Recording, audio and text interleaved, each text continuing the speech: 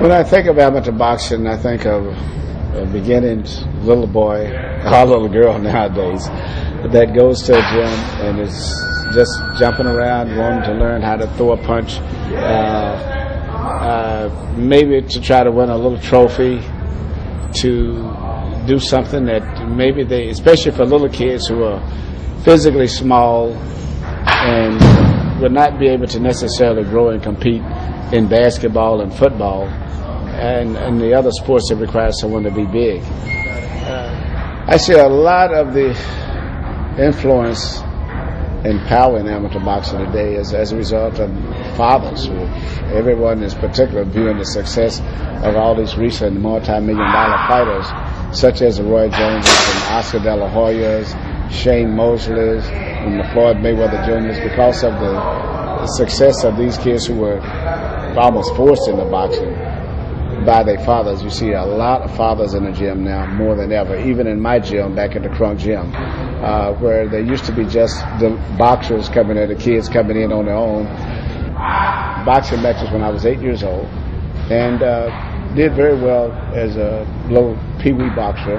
I had about 15 fights, probably never lost any of them. This was in West Virginia, and when I came to Detroit when my parents divorced when I was 11, I didn't go to a boxing club or anything, so I started getting into street fights. And by the time I was 14, I was in serious trouble with the police for street fighting, not gang fighting. I mean, street fighting is a little different. And they were going to put me away permanently. And as a result, they struck a deal when my mother told her that I used to box when I was younger in West Virginia. So they said, if you go to a recreation center, and in 6 months' time we see that you're still there, you don't get in any trouble, we'll try to suspend from sending you away to juvenile. And so I went to the recreation center and won the city junior championship. Then I won it the next year, then I won it the next year, and then I never had the time to even get in any street fights anymore. And next thing I know, 4 years later, when I was 18, I was a National Golden Glove champion of the United States. And instead of being on the front page or the crime page in Detroit, I was being feted and treated royally when I came home with the first Golden Glove champion in 24 years and all of that. So I feel that boxing, amateur boxing, really is crucial in changing my life. I graduated from high school, an honor student. And in my view, anyway, the king of the trainers. I mean, we look back on the champions you've had: Emanuel Steward, Tommy Hearns, Benitez, you had Nassim Hamed for a while, Oscar De La Hoya, Julio Cesar, Dennis Andreas too, yes, Julio Cesar Chavez, Lennox Lewis too. A lot of the great fighters were like that. You had the Petronellis with marvelous Marvin Hagler. A lot of them only have that one great trainer, but it works with them. So I think whatever they're doing is working okay. We've got to get back to using your footwork a little bit and boxing a little bit more, because you can't overpower everybody, and that's what he was doing. But when he got to a certain elite level and started having the tough fights with the Shane Mosleys and Claudes and Judah and Margarito and Pacquiao, he started having problems because he'd gotten away from his boxing. So basically I made him get back to having better balance and operating behind a solid left jab. What do you... Hey, what's going on, guys? It's Carter J here, and today mourns the very, very sad loss of one of the greatest boxing trainers that has lived in this generation.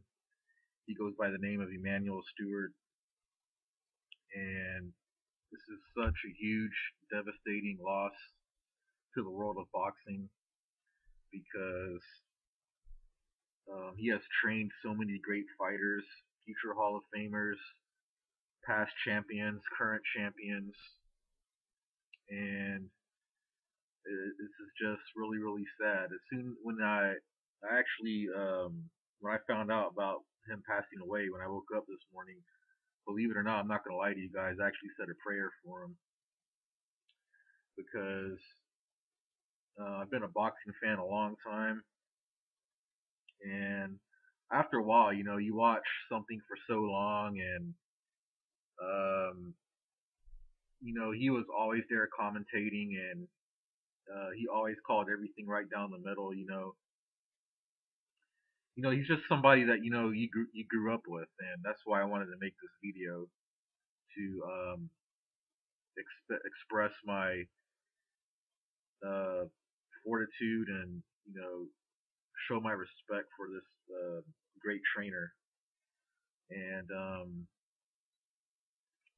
he was originally named the Godfather of Detroit because he owned the Kronk Gym in Detroit, Michigan, and he actually started coaching amateur fighters part-time in 1971. And a lot of people don't realize that actually Emanuele Steward was an amateur fighter himself.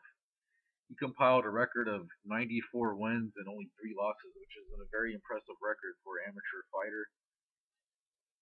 And some of the notable fighters that he's trained. He was recently training Vladimir Klitschko. He had an upcoming fight. But some of the most notable names that he has trained is Julio Cesar Chavez, which is arguably one of the greatest Mexican fighters in Mexico. He's trained Oscar De La Hoya.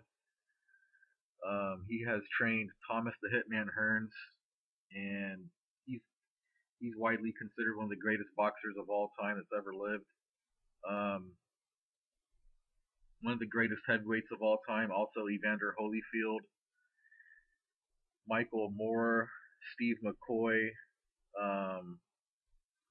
Puerto Rican future Hall of Famer Miguel Cotto, Euchorus Gamboa, James Lights Out Tony, Jimmy Paul, Wilfred Benitez.